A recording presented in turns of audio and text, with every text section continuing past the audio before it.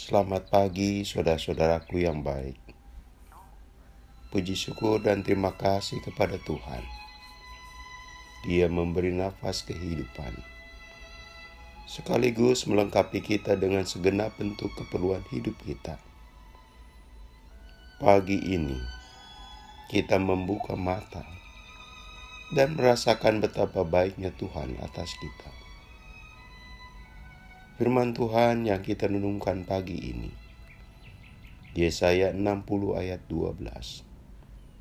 Sungguh, bangsa dan kerajaan yang tidak mau mengabdi kepadamu akan lenyap. Bangsa-bangsa itu akan dirusak binasakan. Saudaraku, hidup itu kerap diwarnai naik turun, up and down. Saat tertentu berada di atas, saat lain berada di bawah.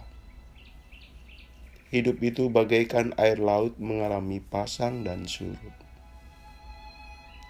Hal demikian bisa terjadi pada kehidupan individu maupun hidup bersama sebagai bangsa.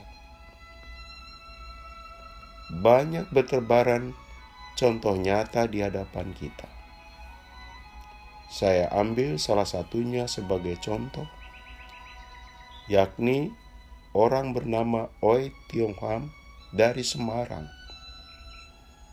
dijuluki Raja Gula dari Semarang. Reputasinya tidak main-main, sempat dinobatkan sebagai orang terkaya di dunia.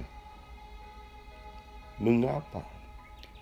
Oei Tiong Ham adalah pengusaha pertama yang kekayaannya menembus angka 200 juta gulden dan tiap tahunnya berpenghasilan 2 miliar gulden.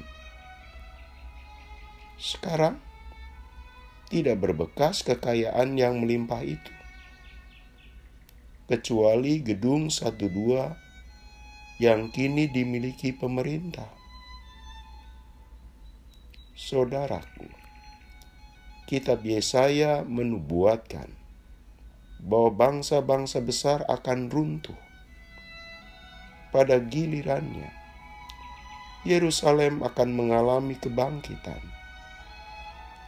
Orang-orang asing dan raja mereka akan tunduk pada orang-orang Yahudi dan akan menjadi hamba mereka.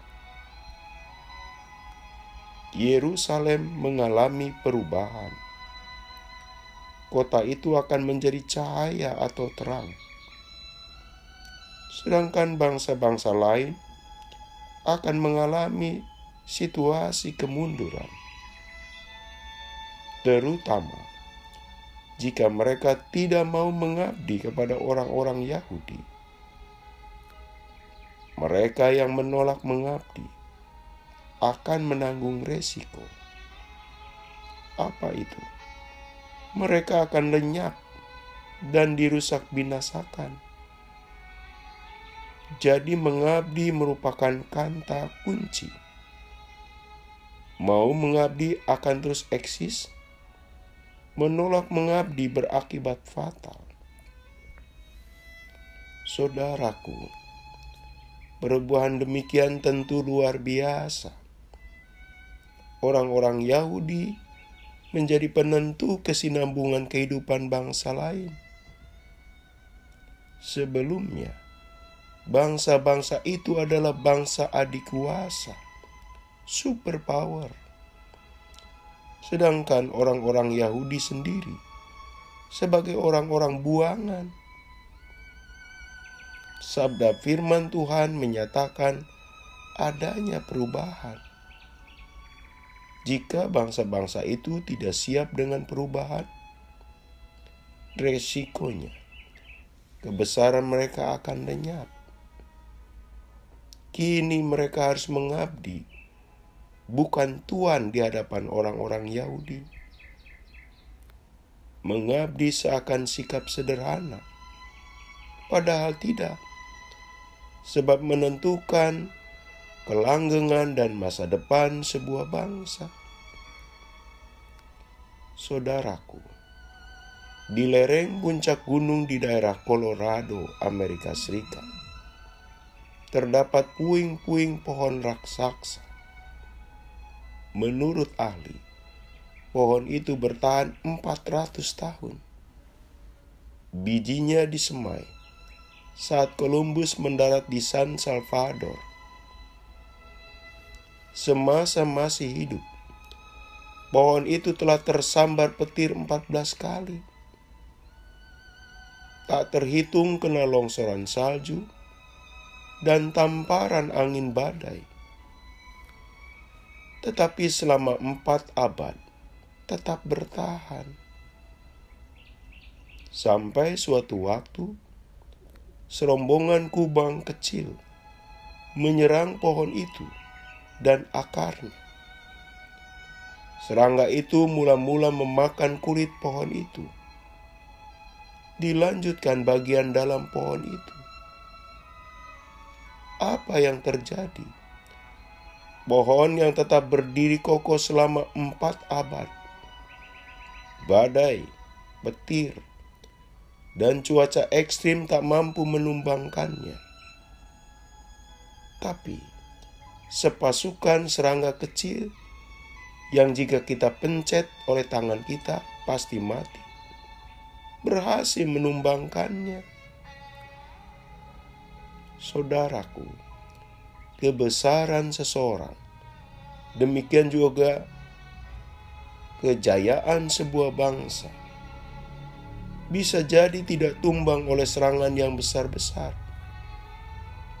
Sejajar dengan itu, perusahaan-perusahaan yang bisa tetap bertahan hingga kini. Coba perhatikan, karena di dalamnya ada hal-hal kecil yang dijaga dan diwariskan turun-temurun, seperti loyalitas, kedisiplinan, rasa memiliki, dan sebagainya. Dalam bahasa Nabi Yesaya, jiwa mengabdi. Sama, keluarga dan jemaat yang besar tidak akan tahan menghadapi perubahan bila anggotanya tidak punya kesetiaan, jiwa mengabdi, rasa memiliki, kedisiplinan, dan nilai-nilai lain yang kerap diabaikan karena dianggap hal-hal kecil. Mari kita berdoa. Tuhan, kiranya kami mengelola waktu hidup kami diisi dengan kesetiaan, disiplin, dan kebersamaan, dan kami mengabdi kepadamu, sehingga hidup kami menghadirkan hal-hal baik berkesinambungan, dan kami menghadirkan suasana bergembira dan bersaudara. Dalam nama Tuhan Yesus kami berdoa. Amin. Selamat pagi saudaraku. Selamat memasuki hari baru. Masih bersama Pendeta Emeritus Supriyatno. Tuhan memberkati.